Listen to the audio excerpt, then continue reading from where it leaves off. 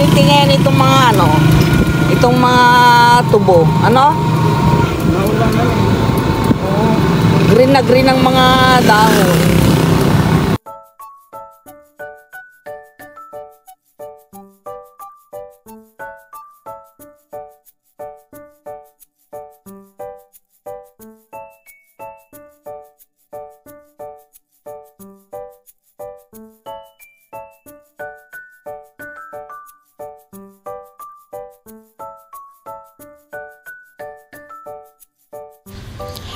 Tuloy-tuloy pa rin po ang biyahe natin papuntang palengke, guys. At ito po ang ating makikita rito. Medyo mataas-tas na po ang mga damo dito sa may pastulan po ng mga baka, guys. Ito naman po ang Dominican School of Angeles City, guys. Ang nag-iisang school po dito sa side na ito. Base po sa nakapaskil po na signage po nila, guys, ongoing pa rin po ang enrollment dito sa may Dominican School of Angeles City, guys. Sa ngayon, guys, hindi ko po nakikita ngayon yung mga pinapastol po dito ng mga baka, guys. Sayang naman po itong mga bagong tubo po ng mga damo.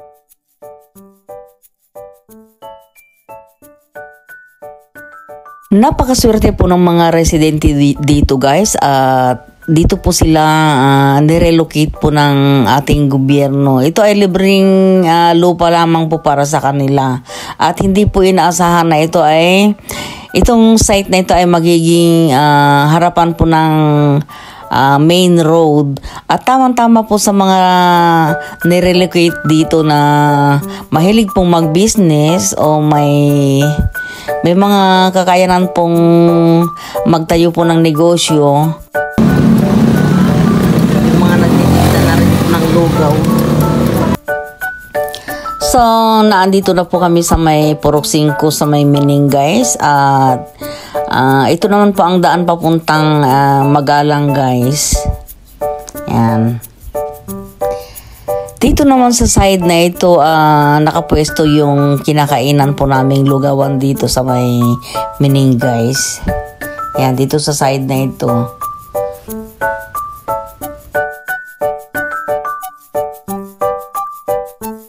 Ilang kilometro nito? 8.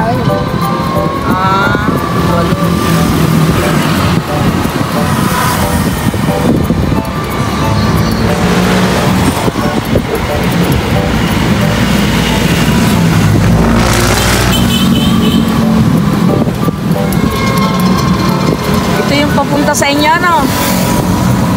Now.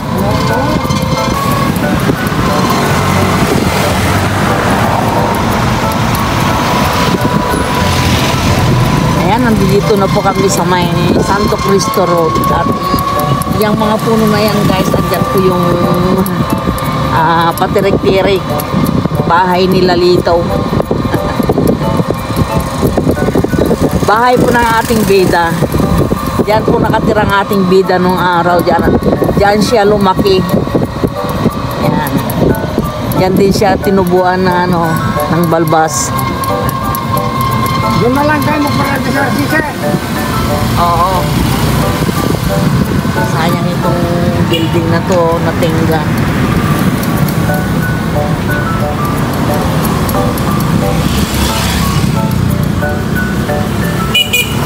Ito yung release ng tren nung araw. Release ng tren to nandito. Nag-aalangan ako eh. Ito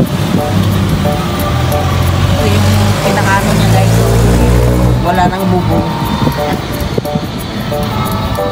Ano nang ay ng tren, ano yan? Ano ba tawag dyan? Rail station? Wala. Walang rail station dyan? Saan mo tatagpuan yung rail station? Sa La Pieta lang. Kala ko dito.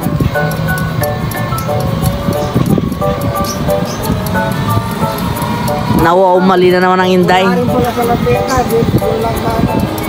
Sa may sa may Pampang. Malapit sa ba, mapunta-punta. Oo, doon ko nakita yung lumang rail station.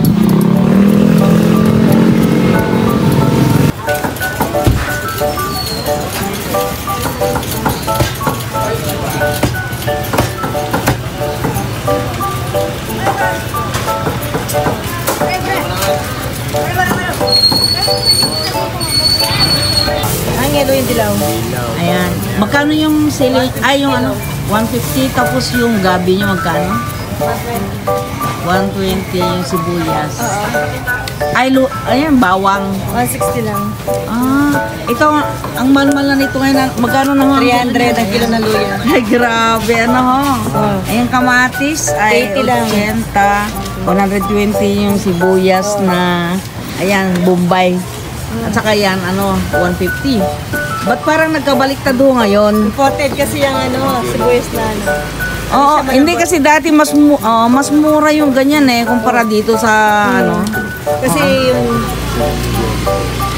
Yung ito mura ngayon 80 ang kilo. Ang sili naman ho ninyo nito magkano ang kilo? 300. Agoy. Palagay ko itong siling labuyo na ito mas mura. Magkano ang kilo ng siling labuyo ninyo? 600. Grabe po ah. Oo. Sa ano ninyo sa sayote magkano ho?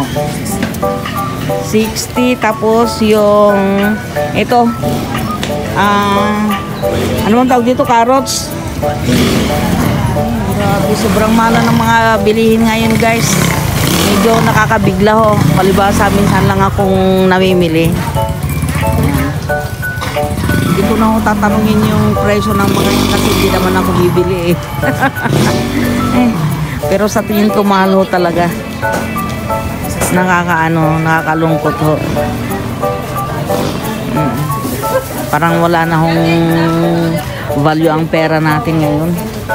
Pero yung talong guys, 20 pesos ang kilo, medyo mura-mura. Dati pagka mahal-mahal ho niyan. Nandito ho ako ngayon sa Angeles Market. Ay, maraming salamat. Ngayon guys, ay nakapamalengke na po kami ngayon. At ito, pauwi na kami. Dumaan po kami dito sa may Santo Cristo Road guys. Nandito po ang bahay ng mga biyenan ko at malapit po sila sa lahat guys. Malapit po sa hospital, malapit sa clinic, ayan. Malapit din po sa mga malalaking eskwelahan. At malapit din po sila syempre sa church po nila. At madadaanan din po namin itong rotonda pauwi po sa amin sa mga panituan. At kami po ay pauwi na.